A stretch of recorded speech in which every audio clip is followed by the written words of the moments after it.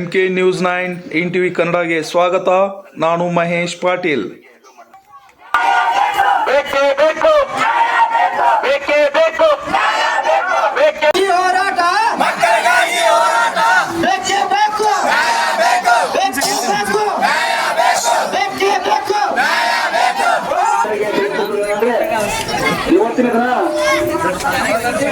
ಪಂಚಾಯತಿ ಬಂದ್ಮಾಡು ನಿಮ್ಮನ್ನ ಸಮಂಜಸವಾಗಿ ನಾವು ಹೇಳ್ತೇವೆ.